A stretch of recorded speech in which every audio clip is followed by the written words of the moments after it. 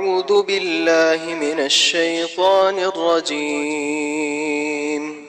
بسم الله الرحمن الرحيم.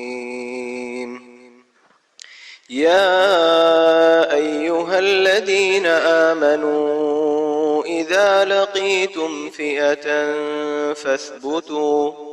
فاثبتوا واذكروا الله كثيرا لعلكم تفلحون.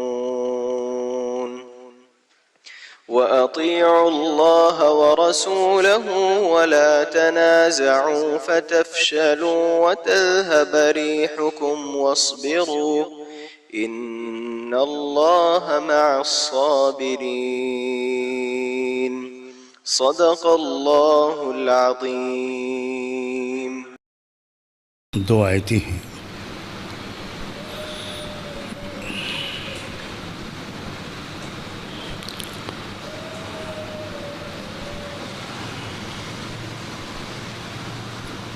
بہت ہی اہم اور قیمتی ہدایات ان آیتوں میں اللہ تعالیٰ نے دی تھی.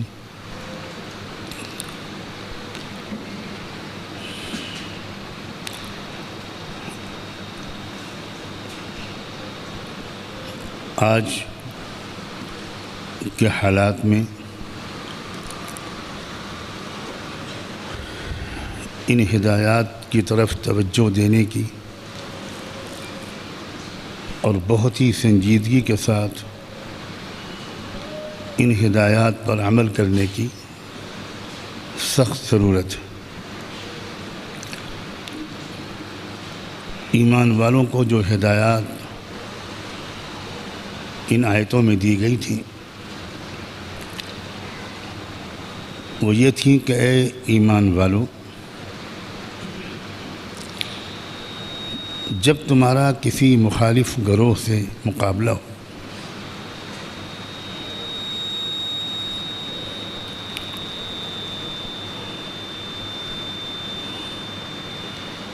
ایمان کے مخالف گروہ سے جب کبھی تمہارا مقابلہ ہو تو ایک تو یہ کہ مضبوطی کے ساتھ ثابت قدم رہنا. فاثبتوا واذکروا اللہ کثیرا.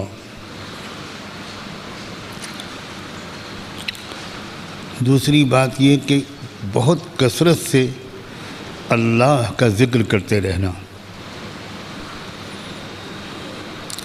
اللہ کو یاد کرتے رہنا. لعلکم تفلحون. اگر تم نے ان ہدایتوں پر عمل کیا تو تم یقیناً کامیاب ہوگے، تم مقابلے میں کامیاب ہوگے، تم غالب رہو گے. تمہارے دشمن کامیاب نہیں ہو پائیں گے. وَأَطِيعُوا اللَّهَ وَرَسُولَهُ. اور زندگی کے ہر معاملے میں اللہ اور اس کے رسول کے کہنا مان کر چلنا.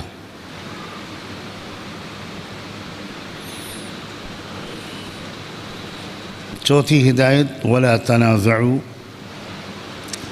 اور آپس کے جھگڑوں اور اختلافات سے بہت دور رہنا، آپس میں اختلاف سے بہت بچنا. اگر تم متحد نہ رہے اور تمہارے درمیان آپس میں تفرقہ، انتشار اور اختلاف پیدا ہوا تو اس سے تمہاری حوصلے پست ہو جائیں گے، تم اندر سے ٹوٹ جاؤ گے اور تمہاری ہوا اکھڑ جائے گی. کسی پر تمہارا رعب باقی نہیں رہے گا.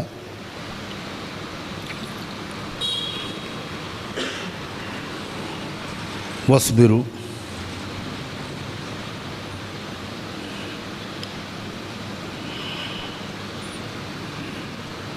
پانچویں ہدایت اور جو بھی تکلیفیں آئیں انہیں برداشت کرنا. ان اللہ مع الصابرین. جن لوگوں کے اندر برداشت کی طاقت ہوتی ہے اللہ ان کے ساتھ کھڑا ہو جاتا ہے. یہ 5 ہدایات. پہلی بات تو یہ کہ جب تمہارا مقابلہ کسی سے ہو، ایمان والوں کا مقابلہ کبھی دنیا داری کے لیے نہیں ہو سکتا، تخت و تاج کے لیے، سونے چاندی کے لیے، مال اور اقتدار کے لیے. یہ اتنی حقیر چیزیں ہیں کہ ان کے لیے ایمان والا کبھی کسی کو دشمن نہیں سمجھ سکتا. یہ ایمان والے کے زندگی کے مقاصد میں شامل ہی نہیں.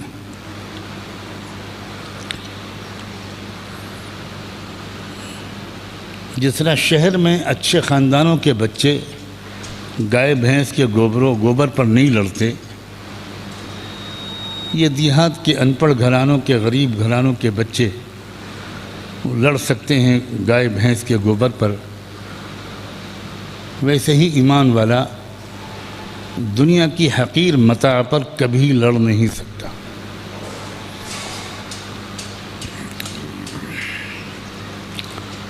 اس کی زندگی کے مقاصد بالکل بہت بلند اور کچھ اور ہیں.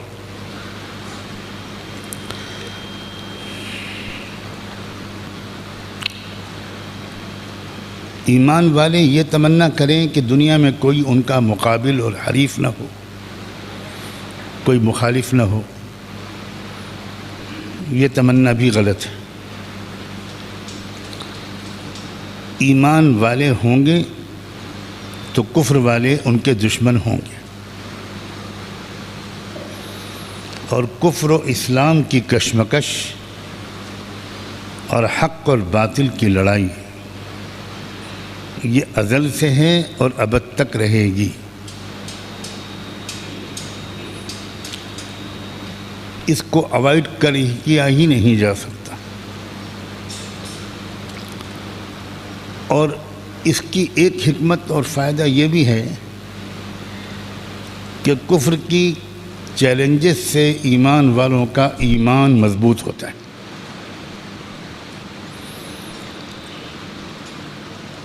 ہمارے دور میں اکثر ایمان والوں کو اس بات کا شعور ہی نہیں ہے کہ ہمارا کوئی دشمن بھی ہے.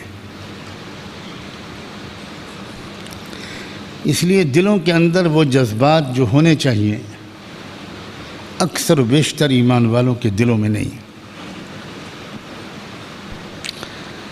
ایمان والوں کے دلوں میں جہاں انسانیت کی محبت ہونا ضروری ہے، جہاں غریبوں کا درد ہونا ضروری ہے، جہاں نفرت کے جواب محبت سے دینے کا سلیقہ ضروری ہے اور حوصلہ ضروری ہے، جہاں ایمان والوں کے اخلاق بہت اچھے اور بلند ہونے چاہیے، جہاں اخلاق والوں کو برائی کا بدلہ بھلائی سے دینے کی ہمت اور استعداد و صلاحیت بھی ہونی چاہیے، وہیں ایمان والوں کے اندر بہادری بھی ہونی چاہیے. غیرت اور حمیت دیکھ رہے تھے، اب تو بات سن لو. میں کتنی اہم بات کس حالت میں بیٹھ کر کہہ رہا ہوں، اور کوئی ادھر دیکھ رہا ہے کوئی ادھر دیکھ رہا ہے.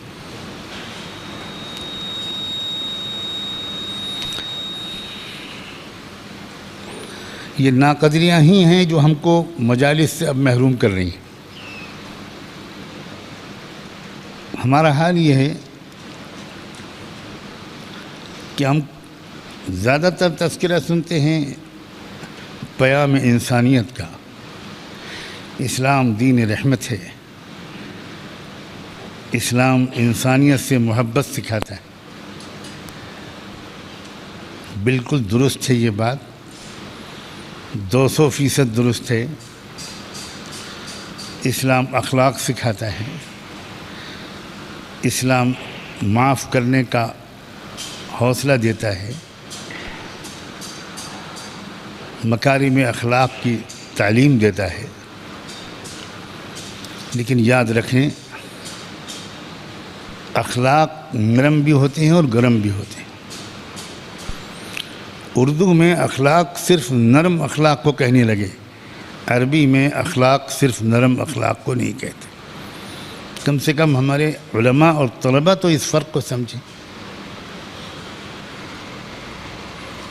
وہ انسان جس میں سخاوت بھی ہو، ہمدردی بھی ہو،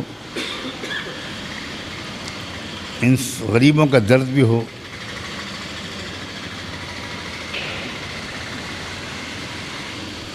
نرمی ہو، اور اس طرح کی تمام مثبت صفات ہوں، لیکن اس کے اندر بہادری نہ ہو، شجاعت نہ ہو،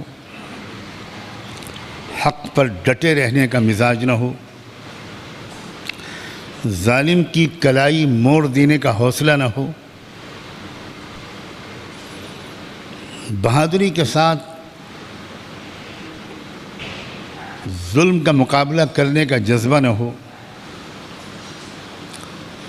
ذرا سی خطرے کی گھنٹی پر وہ گھبرا جائے، چپ ہو جائے، بہانے تلاش کرے، راہ فرار اختیار کرے، ایسے انسان کو کامل مومن نہیں کہہ سکتے۔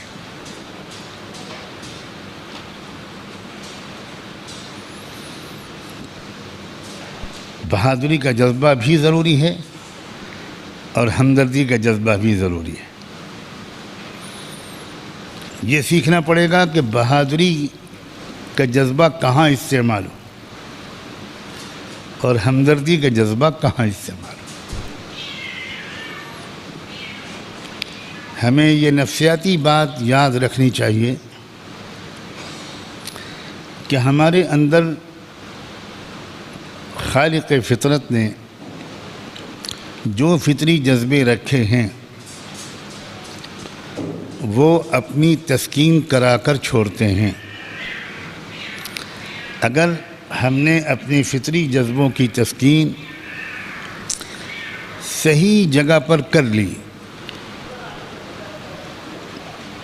تو سعادت مندی اور کامیابی ہمارا مقدر بنے گی،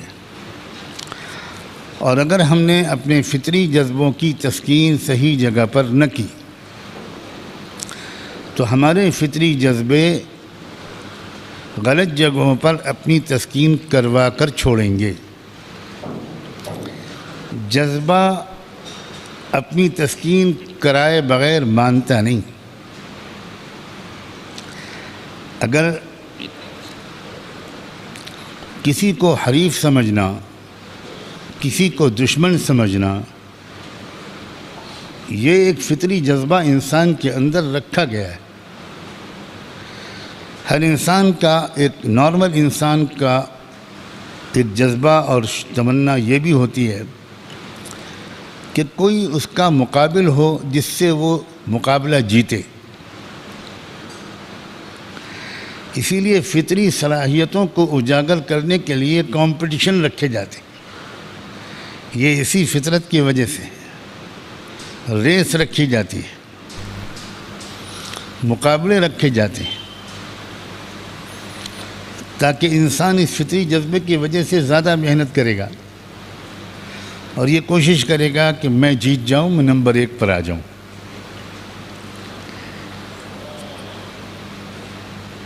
اسلام دین فطرت ہے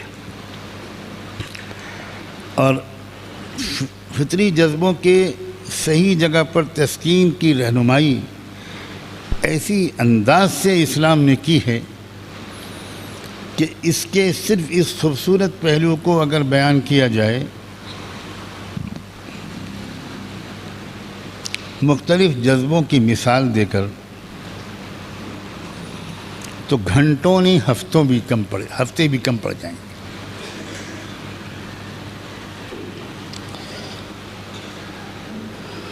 قرآن مجید نے یہ بات بہت صاف کہی ہے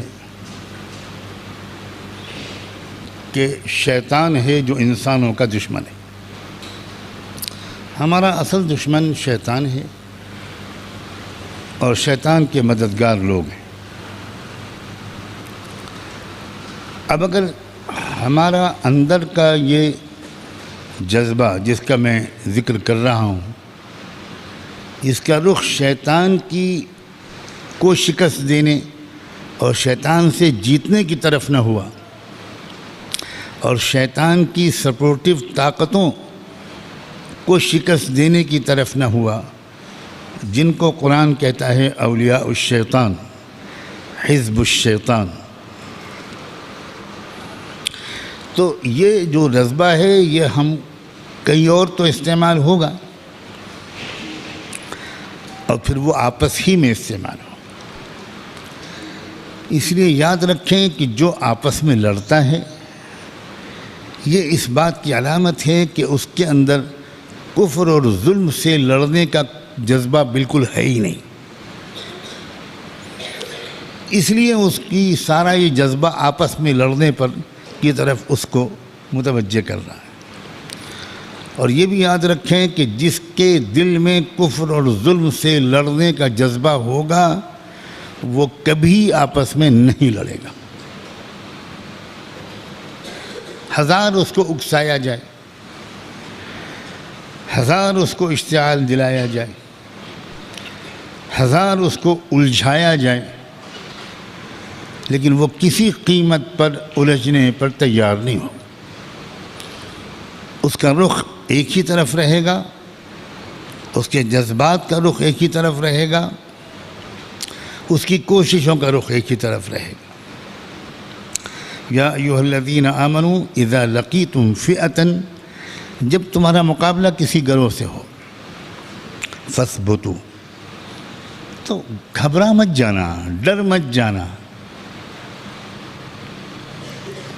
وسوسوں میں مبتلا مت ہونا، پیچھے مت ہٹنا، شکست تسلیم مت کرنا، ڈٹ جانا اور جم جانا. فاثبتوا،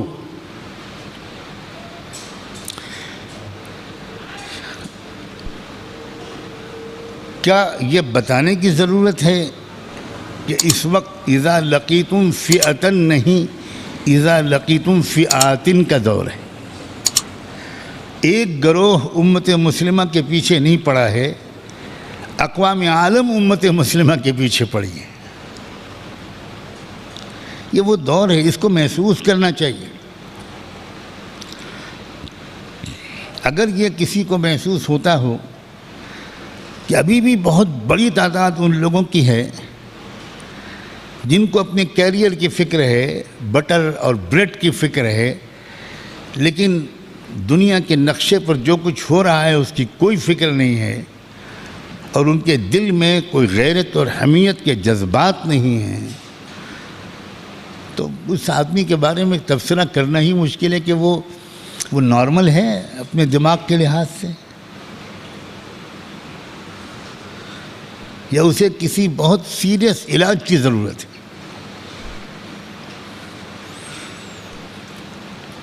ایک ہدایت یہ ہے کہ مقابلے کے وقت میں تم کو جمنا ہے، ذرا ذرا پیچھے ہٹتے چلے جانا، پیچھے ہٹتے چلے جانا، ہر مانگ کو منظور کر لینا، ہر مطالبے پر راضی ہو جانا. یہ طریقہ بالکل اس کے خلاف ہے جو قرآن نے ہمیں سکھایا ہے اور جس طریقے میں کامیابی کی ضمانت ہے. کامیابی کی ضمانت استقامت میں ہے، اصولوں پر کوئی سمجھوتا نہ کرنے میں. ایسے ہی سمجھوتے کی پیشکش کی جاتی تھی، طرح طرح کی تجویزیں رحمت دو عالم صلی اللہ علیہ وآلہ وسلم کی خدمت میں پیش کی جاتی تھی اور گویا بارگیننگ کی جاتی تھی. وَدُّوا لَوْ تُدْهِنُ فَيُدْهِنُونَ، یہ لوگ یہ چاہتے ہیں کہ تھوڑا آپ نرم پڑ جائیں تو یہ لوگ بھی نرم پڑ جائیں گے۔ واہ قرآن، آپ قومی یکجہتی منظور کر لیں، میرے اشارے کو سمجھنا، تو یہ بھی پھر آپ کو نہیں ستائیں گے۔ کیا واہیات الفاظ ہیں، ان الفاظ سے بدبو آتی، کراہیت محسوس ہوتی۔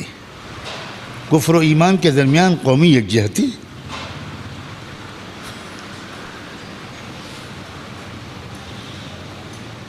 انہی قسم کے مطالبوں کے جواب میں ایک صاف جواب اللہ نے دیا تھا۔ آپ یہ کہیے ان سے، اللہ کہتے ہیں ہم بتاتے ہیں آپ کو کیا جواب دینا ہے۔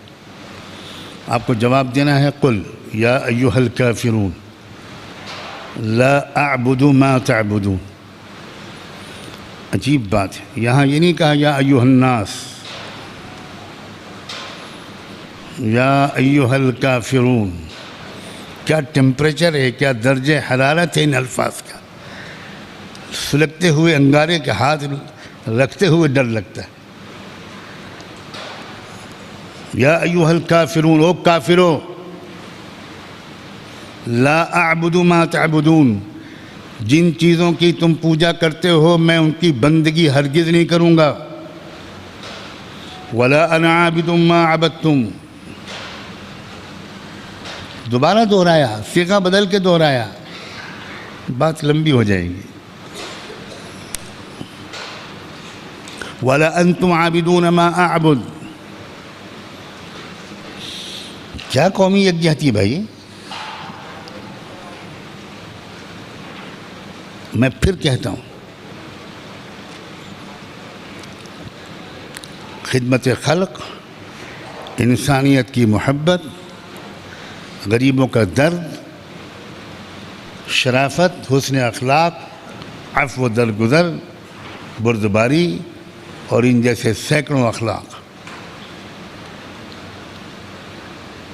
اللہ کے رسول کی جب قرآن مجید میں اللہ نے تعریف کی تو فرمایا انک لعلی خلق عظیم، تمہارے اخلاق بہت بلند اور عظمتوں والے ہیں۔ عربی میں بھی کسی کے اچھے اخلاق کی اگر تعریف کرنی ہوتی ہے تو خلق عظیم نہیں کہتے، خلق کریم کہتے ہیں۔ ہمارے اردو میں بھی فلاں صاحب کے اخلاق بڑے کریمانہ ہیں، یہ نہیں کہتے کہ فلاں صاحب کے اخلاق بہت عظیم ہیں، کیونکہ کریمانہ اخلاق میں ایک ہی پہلو پر زیادہ زور ہے، اور اللہ کے رسول کی تعریف اللہ تعالیٰ ادھوری نہیں کرنا چاہتے تھے کہ محمد تمہارے اندر شرافت بہت ہے، تم رحمت للعالمین ہو، تم مکارم اخلاق کے مجسمہ ہو، تم بہت معاف کرنے والے ہو۔ بے شک آسمان کے نیچے اتنے بلند اخلاق کریمانہ والا کوئی اور بشر نہ پیدا ہوا ہے نہ پیدا ہوگا، مگر ساتھ ہی ساتھ اللہ کے رسول بہادر بھی تھے،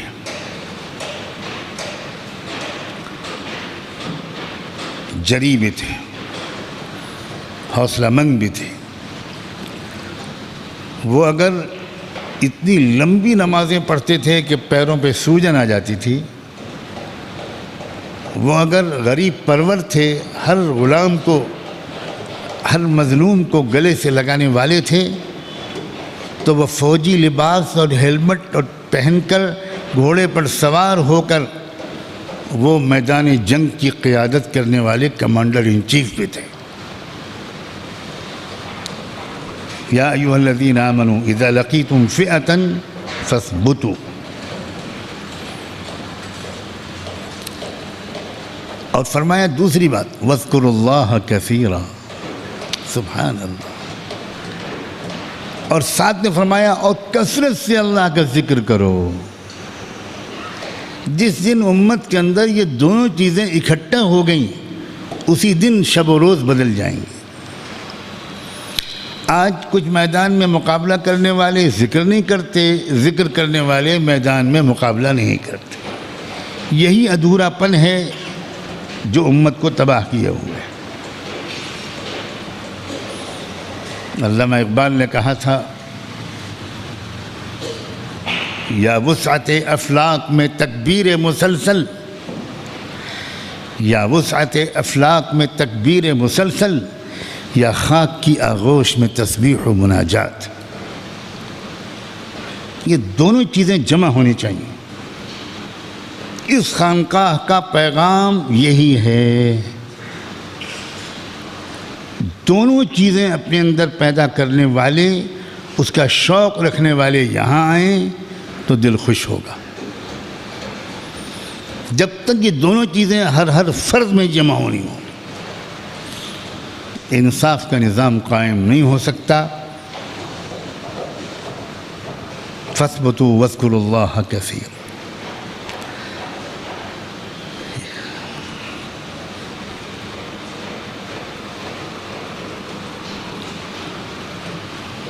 ڈٹے رہنے اور مقابلے کے میدان میں جمے رہنے کے لیے دل کا جمع رہنا، دل کا سکون و اطمینان ضروری ہے۔ قلب اگر جمع رہے گا تو قدم بھی جمے رہیں گے۔ قلب اگر ڈاواڈول ہے تو قدم نہیں جم سکتے۔ فثبتو کا تعلق اگر قدموں سے ہے، ثابت قدمی سے ہے، تو وذکرو کا تعلق دل کے جمنے سے۔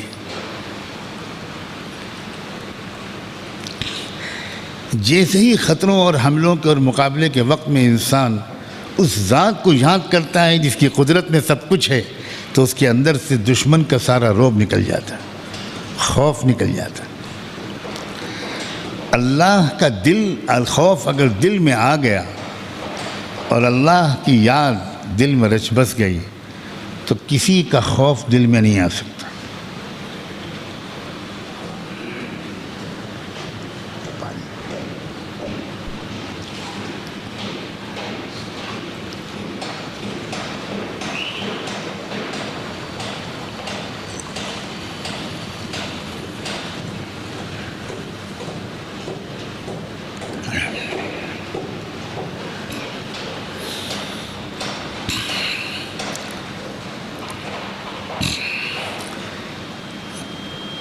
اسباب اختیار کرنے کی بھی تاکید ہے اور اللہ کی طرف رجوع، ذکر اور دعا کی بھی تاکید ہے۔ یہ مزاج بہت غلط ہے کہ اگر اللہ پر یقین، اس پر بھروسے اور ذکر و دعا کا ذوق بنتا ہے تھوڑا بہت، تو ترک اسباب کا ذوق بننے لگتا ہے۔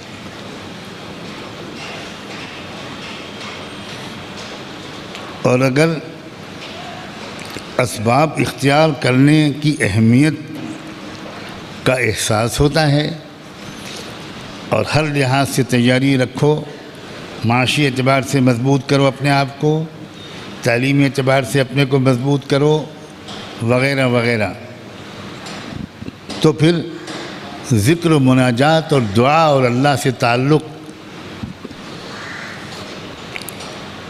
کی اہمیت ہمارے ذہنوں میں گھٹنے لگتی۔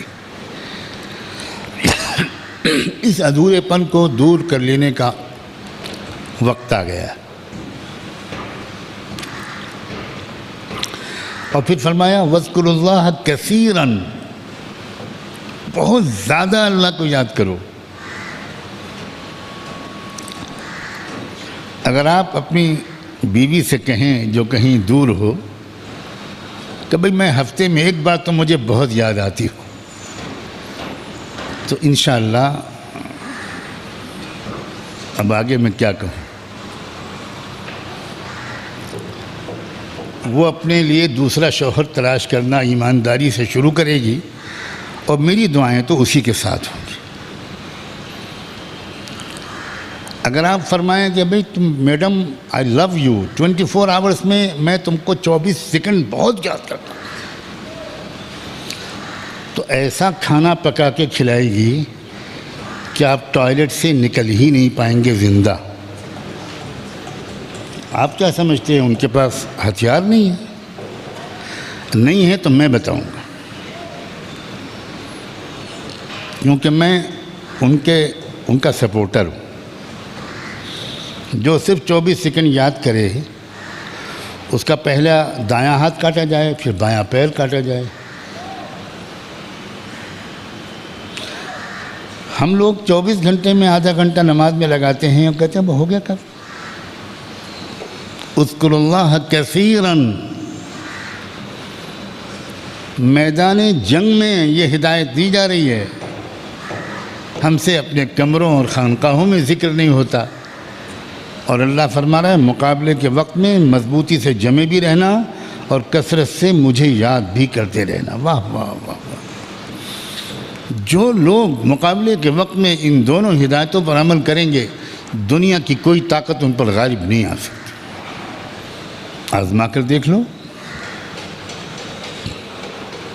وَاذْكُرُوا اللَّهَ كَثِيرًا۔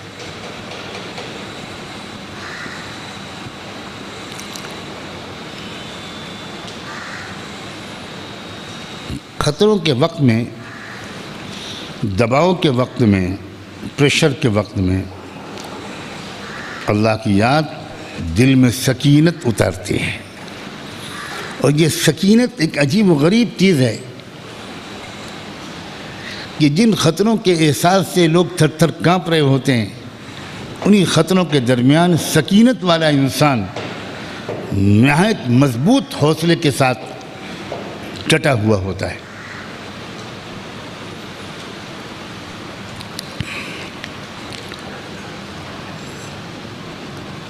دو ہدایتیں دی گئیں، مضبوطی سے جمے رہنا، پیچھے مت ہٹنا، ہر مطالبے کو تسلیم مت کرنا۔ آج کل لوگ یہ مسئلے پوچھ رہے ہیں،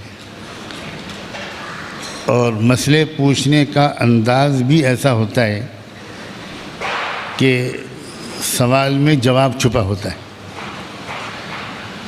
اور حضرت سے یا مفتی صاحب سے صرف مہر لگوانی ہوتی تاکہ اللہ میاں کیا پکڑے جائیں تو مفتی صاحب کا فتویٰ دکھا دیں، اور یہ کہیں اللہ میاں میں تو جاہل ابن جاہل تھا۔ دنیا میں تو اپنے کو جاہل نہیں تسلیم کریں گے، جب پٹائی کا خطرہ ہوگا، جہنم سامنے ہوگی، تو بہت تواضع آ جائے گی، بہت تواضع۔ جو بڑے بڑے صوفیہ کے اندر بھی تواضع نہیں ہوتی، وہاں وہ آ جائے گی، اور وہاں عرض کریں گے بہت تواضع خاکساری کے ساتھ کہ میں تو بہت جاہل مطلق آدمی تھا، میں نے تو فلاں صاحب سے پوچھا تھا کہ رام مندر کے لیے چندہ مانگنے آئیں گے لوگ تو میں کیا کروں، تو حضرت وہ میرے تعلقات ہیں، بزنس کا معاملہ ہے، اب وہ پارٹنرشپ بھی ہے، پڑوس بھی ہے، اب میں کیا کروں، اگر میں چندہ نہیں دوں گا تو پتہ نہیں کیا ہوگا۔ تو مفتی صاحب نے سوچا بھئی میرے مدرسے کا چندہ بند ہو جائے گا اگر میں نے صحیح فتویٰ دے دیا، تو ہاں بھی گنجائش ہے، دے دینا دے دینا دے دینا۔ لا حول ولا قوت الا باللہ۔ کہاں تک پیچھے ہٹیں گے ہم؟ کیا کیا منوانے کا فتویٰ دیا جائے گا؟ اس طرح کے سوالات آج کل بہت آ رہے ہیں۔ بے غیرتی کی انتہا ہے، شکست خوردگی اور احساس بے چارگی اپنی آخری حدوں کو چھو رہی ہے۔ اذا لقیتم فئة فاثبتوا واذکروا اللہ کثیرا لعلکم تفلحون۔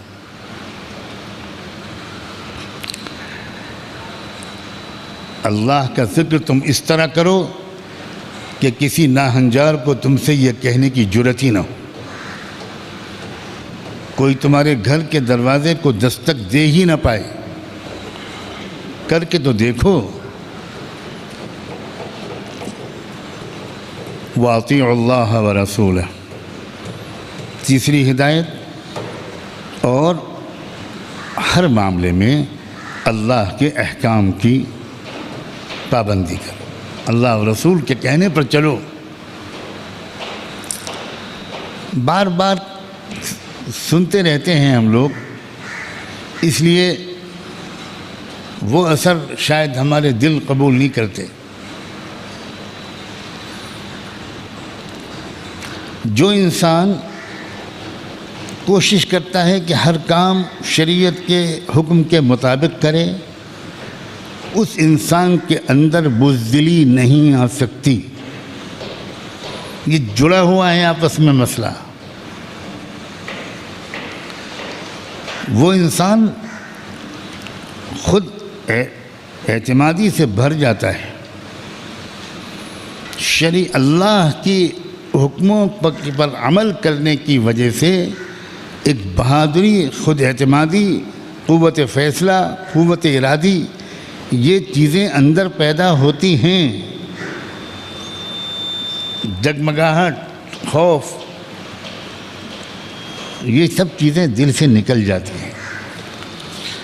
تو یہ بھی مقابلے کے آداب میں شامل ہے اور ریلیونٹ ہے موجودہ حالات میں، اور جن حالات میں یہ سورہ انفال اتری تھی اور یہ آیتیں آئی تھیں، وہ حالات بھرپور مقابلے کے تھے۔ سورہ انفال غزوہ بدر کے تذکرے سے بھری ہوئی ہے۔ جیسے کہ میں بار بار اپنے نوجوان علماء کو سمجھاتا ہوں کہ قرآن کسی مدرسہ و خانقاہ اور کسی لائبریری میں نہیں اترا تھا، قرآن میدان عمل میں اترا تھا۔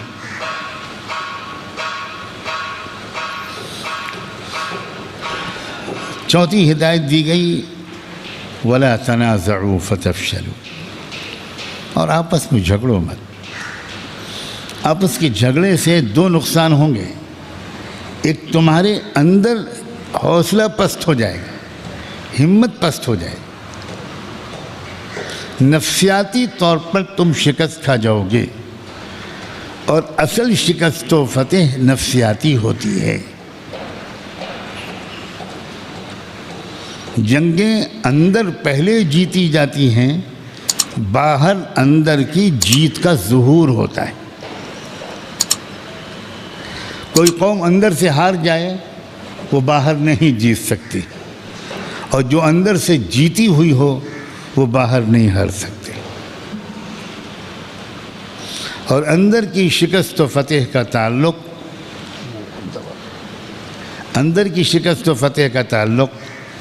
تعداد سے، ہتھیاروں سے، ساز و سامان سے نہیں ہے۔ اندر کی شکست و فتح کا تعلق نفسیاتی کیفیت سے، اور نفسیاتی کیفیت کا تعلق ایمان و یقین کی مقدار سے ہے، ایمان و یقین کی سطح سے۔ اگر تم آپس میں جھگڑے تو اندر سے ٹوٹ جاؤ گے، تم ہمتیں پست ہو جائیں۔ وَتَذْهَبَ رِيحُكُمْ، اور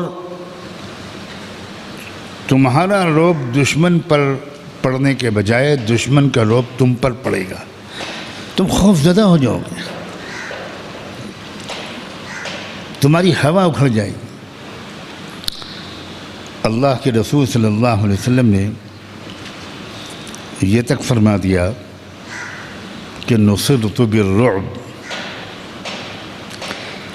کہ یہ جو تم دیکھتے ہو کہ ایک کے بعد ایک ہم کو فتح نصیب ہو رہی ہے، اس کی وجہ یہ ہے کہ ہمارا تمہارا رعب اللہ نے دشمن کے دلوں پر ڈال دیا ہے۔ اب آپ ایمانداری سے بتاؤ، اس وقت کی عام کیفیت کیا ہے؟ ہم پر رعب ہے کسی کا، یا ہمارا رعب ہے کسی پر؟ ہم پر رعب۔ جو قومیں ہم میں ہی سے اس رعب سے نکل گئیں، ان کے اندر یہ رعب نہیں پیدا ہوتا۔ بڑی سے بڑی طاقتیں 40 سال سے جھک مار رہی ہیں وہاں، اور وہ قوم فتح نہیں ہو پا رہے۔ کھلی نشانی ہے، پچھلے صدیوں کی مثالیں بیان کرنے کی ضرورت ہی نہیں۔ اپنی آنکھوں کے سامنے دیکھ رہے ہیں پھر بھی سبق نہیں لے رہے، پھر بھی ہمارے اندر حوصلے اور ہمت نہیں پیدا ہو رہے، اور ہم بس یہی تسلیم کیے ہوئے ہیں کہ ہم اقلیت ہیں، اقلیت ہیں۔ صحابہ اقلیت تھے کہ اکثریت؟ صلاح الدین ایوبی اقلیت تھے کہ اکثریت؟ طارق بن زیاد اقلیت تھے کہ اکثریت؟ محمد الفاتح اقلیت تھے کہ اکثریت؟ کمال ہے۔ لیکن ہمارے ملک میں جیسے وظیفہ ہوتا ہے نا کہ فلاں وظیفہ فلاں نماز کے بعد 500 بار 1100 بار، ویسے ہمارے ملک کے نیتاؤں نے یہ وظیفہ پڑھا ہے،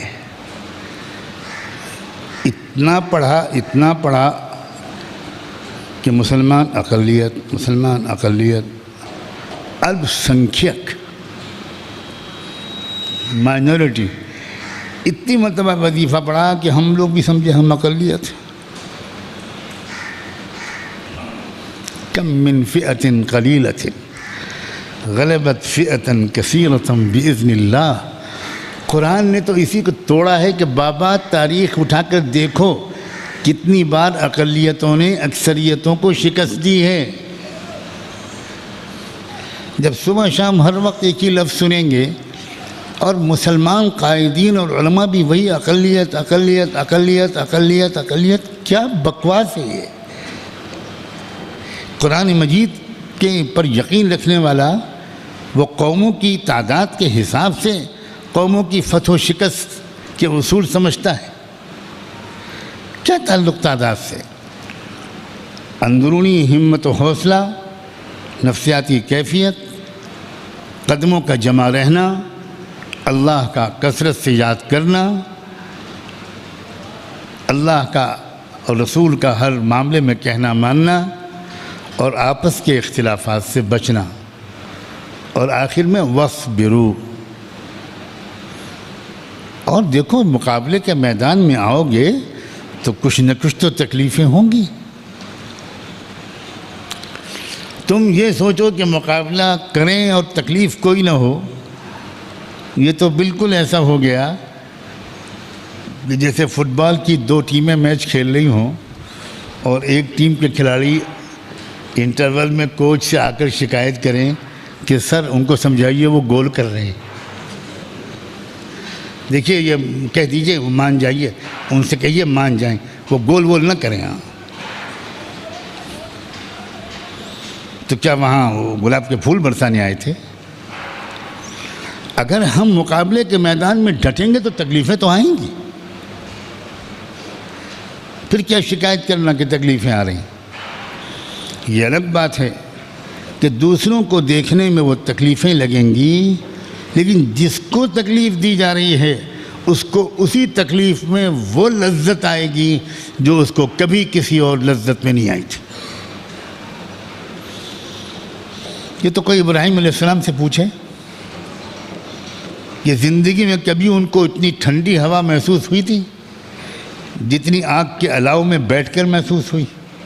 اللہ کے رسول صلی اللہ علیہ وسلم نے بڑی پیاری بات فرمائی، لا تتمنوا لقاء العدو وَإِذَا ابْتُلِيتُمْ فَاصْبِرُوا۔ دیکھو دشمن سے جنگ ہو جائے، مقابلہ ہو جائے آمنے سامنے کا، اس کی تمنا کبھی مت کرنا، اور اللہ سے عافیت مانگتے رہنا۔ لیکن اگر پڑ جائے موقع تو گھبرانا مت، مضبوطی سے جمے رہنا۔ اللہ تعالی ہم سب کو ان ہدایات پر عمل کی فوری توفیق دے۔ اس وقت کی شدید ضرورت ان ہدایات پر عمل ہے۔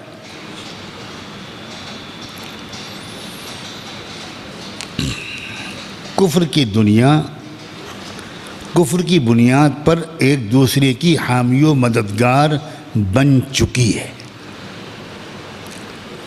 صاف لفظوں میں کہنے کی کوشش کرتا ہوں۔ کفر کی دنیا آپس کے سارے اختلافات کو ایک طرف رکھ کر وہ کفر کی بنیاد پر ایک دوسرے کو سپورٹ کرنے کا فیصلہ کر چکی ہے۔ والذین کفروا بعضهم اولیاء بعض،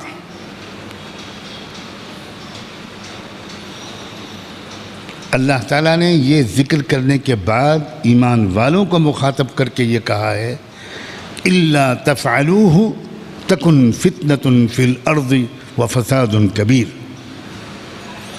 اگر تم نے ایمان کی بنیاد پر آپس میں تعلقات نہ بنائے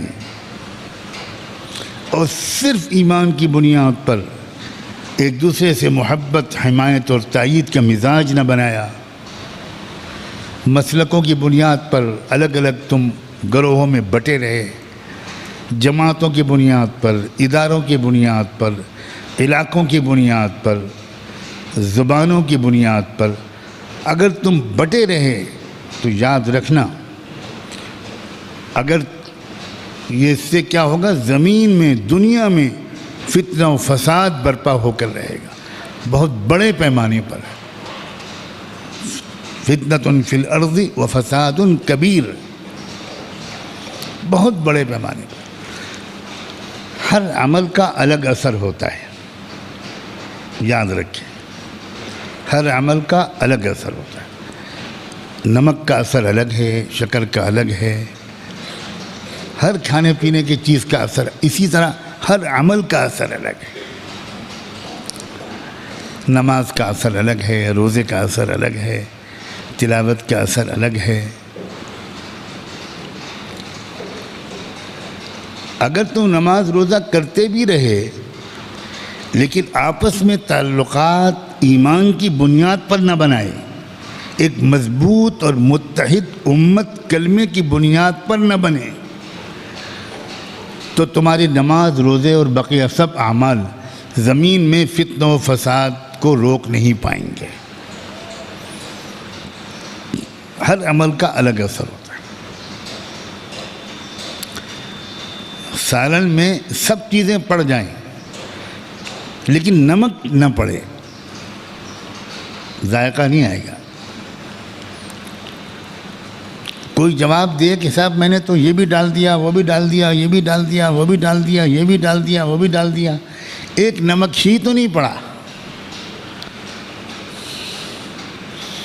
یہ بالکل ایسے ہی ہے جیسے ہم کہیں کہ بھئی ہم تو یہ نیکی بھی کرتے ہیں، یہ کام بھی کرتے ہیں، وہ کام بھی کرتے ہیں، نماز بھی پڑھتے ہیں، لیکن آپس میں ہمارا ایمان کی بنیاد پر رشتہ نہ ہوا، کلمے کی بنیاد پر ہم ایک دوسرے سے محبت کرنے والے نہ بنیں، اور علاقوں کی بنیاد پر یا دوسری بنیادوں پر ہم اگر الگ الگ اور پھٹے پھٹے اور ٹوٹے ٹوٹے جدا جدا رہے تو کبھی بھی ہمیں غلبہ نصیب نہیں ہو سکتا۔ وَلَا تَنَازَعُوا فَتَفْشَلُوا وَتَذْهَبَ رِيحُكُمْ وَاصْبِرُوا إِنَّ اللَّهَ مَعَ الصَّابِرِينَ۔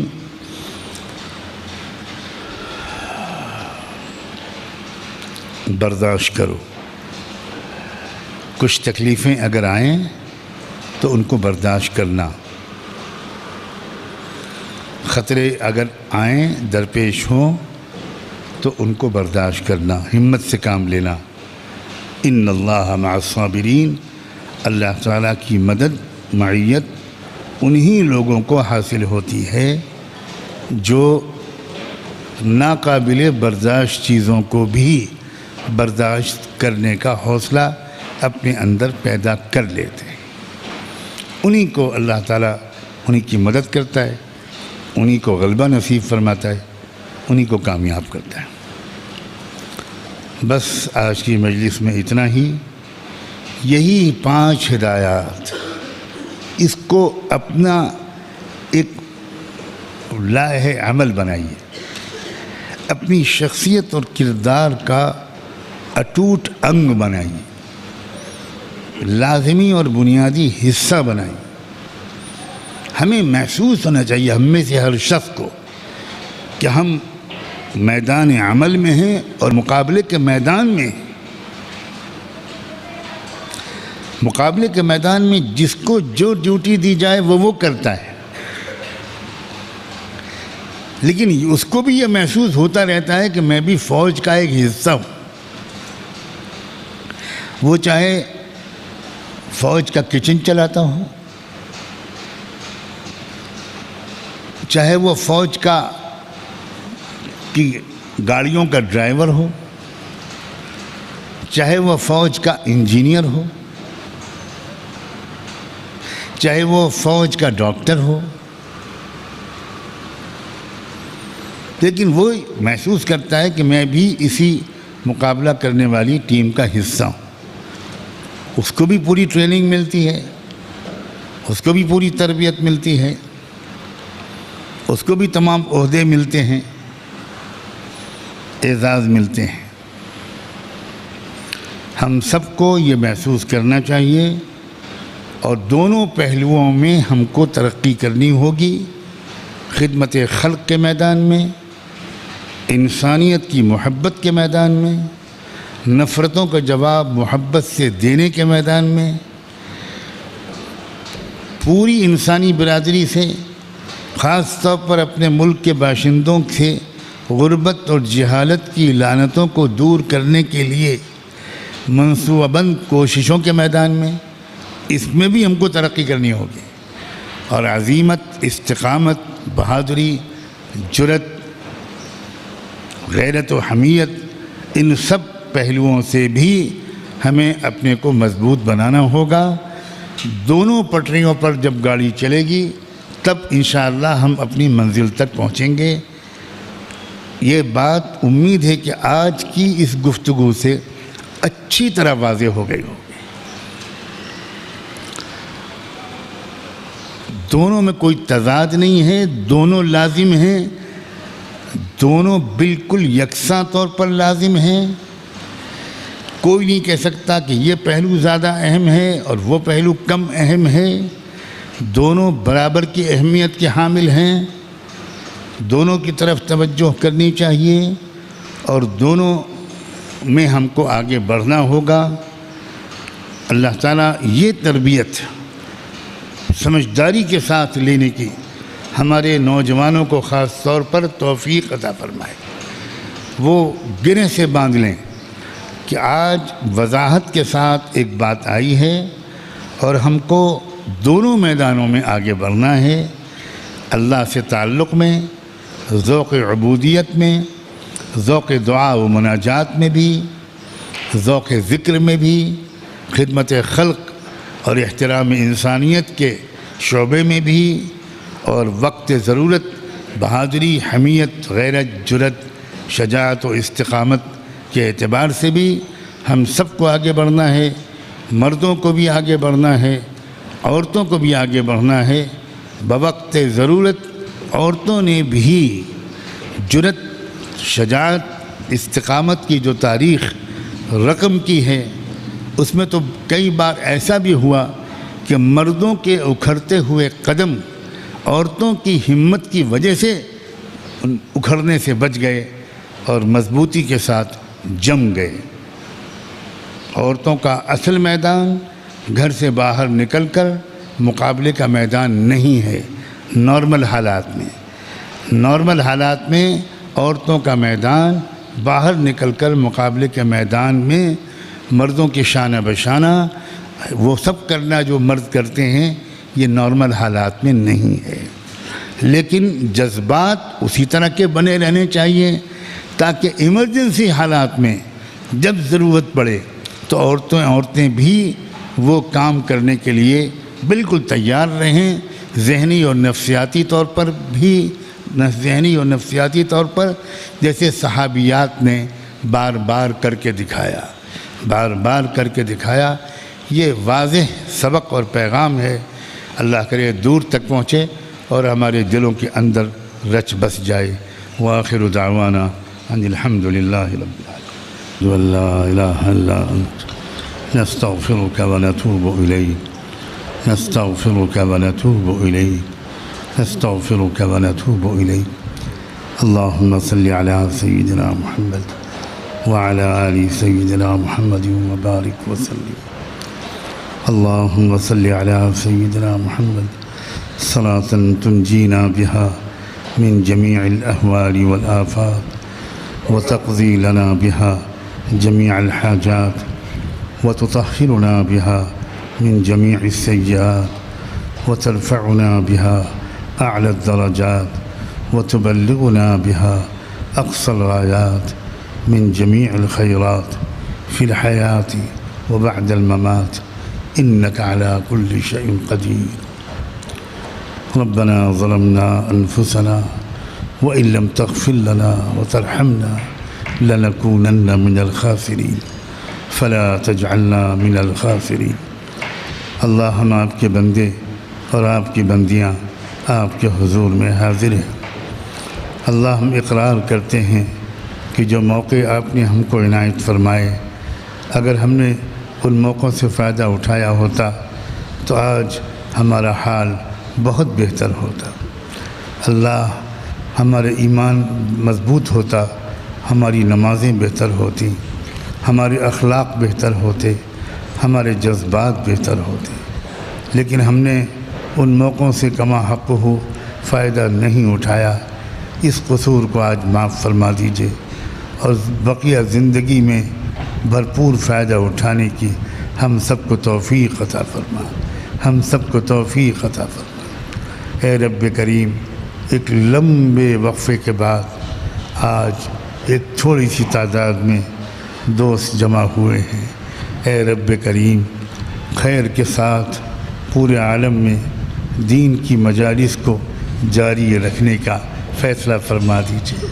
اے اللہ ہمیں محروم نہ فرما، اللہ ہمیں محروم نہ فرما. سنا ہے کہ بیماری کی وجہ سے آکسیجن پھیپھڑوں کو نہیں ملتی، آکسیجن نہیں ملتی، آکسیجن کی کمی کی وجہ سے موت واقع ہو جاتی ہے. اللہ ہمارے دلوں کو، روح کو اگر ایمانی اور روحانی آکسیجن نہ ملی تو ہمارے دل مر جائیں گے، ہمارے دل مردہ ہو جائیں گے. اے رب کریم، اے اللہ ان آکسیجن کے مراکز کو اللہ ہمیشہ آکسیجن سپلائی کرتے رہنے والا بنائیے اور ہمیں بھرپور قدر و استفادے کی توفیق عطا فرما، بھرپور قدر و استفادے کی توفیق عطا فرما. اے رب کریم، آپ کے اسماء حسنہ اور مبارک صفات کا واسطہ دے کر آج آپ سے معافی مانگنے آئے ہیں، تقوی مانگنے آئے ہیں، اپنی اصلاح کی بھیک مانگنے آئے ہیں، عفو درگزر کی بھیک مانگنے آئے ہیں. اللہ ہمیں اچھی صفات عطا فرما، شجاعت عطا فرما، بہادری عطا فرما، سمجھداری عطا فرما، سخاوت اور ہمدردی عطا فرما، غریبوں کا درد نصیب فرما. اللہ خدمت خلق کی زیادہ سے زیادہ توفیق عطا فرما. اے اللہ، نرمی کے وقت میں ہم سے زیادہ نرم کوئی اور نہ ہو اور سختی کے وقت میں ہم سے زیادہ سخت کوئی اور نہ ہو. ایسی جامع شان ہمیں عطا فرما، ایسی بھرپور صفات ہمیں نصیب فرما. اے رب کریم، اس چھوٹی سی جگہ کو اللہ اپنے فضل سے قبول خاص عطا فرما. نئی نسل کی اور پوری ملت کی صحیح اور کامیاب تعلیم و تربیت کا اس کو مرکز بنا دیجئے، اس کو مرکز بنا دیجئے. مخلص اور باصلاحیت افراد کو اللہ اپنی طرف اپنے فضل سے اس کی طرف متوجہ فرما دیجئے. اے اللہ، جو عمارتیں تعمیر ہو رہی ہیں ان کی تعمیر کو آسان فرما. اللہ ان کی تعمیر کو آسان فرما. اسباب و وسائل جمع فرما، اسباب و وسائل کو مہیا فرما. سہولت اور آسانی کے ساتھ پاکیزہ اسباب عطا فرما. اے رب کریم، اپنے کرم سے ہماری ٹوٹی پھوٹی دعاؤں کو قبول فرما. اے اللہ، جن مرحومین کے لیے دعائے مغفرت کا اعلان کیا گیا، اللہ ان کی مغفرت فرما، اللہ ان کی مغفرت فرما، اللہ ان کی مغفرت فرما، اعلیٰ درجات نصیب فرما. اے رب کریم، اس خاص طور پر عرصے میں وبا کا شکار ہو کر آپ کے جتنے بندے اور بندیاں ایمان کا کوئی ذرہ لے کر آپ کے حضور میں حاضر ہوئے، اے رب کریم ان کی بھرپور مغفرت فرما، ان کو شہادت کا درجہ عطا فرما، اور اے اللہ جو بیمار ہیں ان کو صحت یاب فرما، جو بیمار ہیں ان کو صحت یاب فرما، اے اللہ عافیت نصیب فرما، عافیت نصیب فرما، عافیت نصیب فرما۔ اور آپ کی جن ہدایات کا آج مذاکرہ ہوا ہے، خاص طور پر ان کو یاد رکھنے اور ان پر عمل کرنے کی توفیق عطا فرما۔ وصلی اللہ تعالی علی خیر خلقہ سیدنا محمد وعلی آلہ وصحبہ اجمعین برحمتک یا ارحم الراحمین۔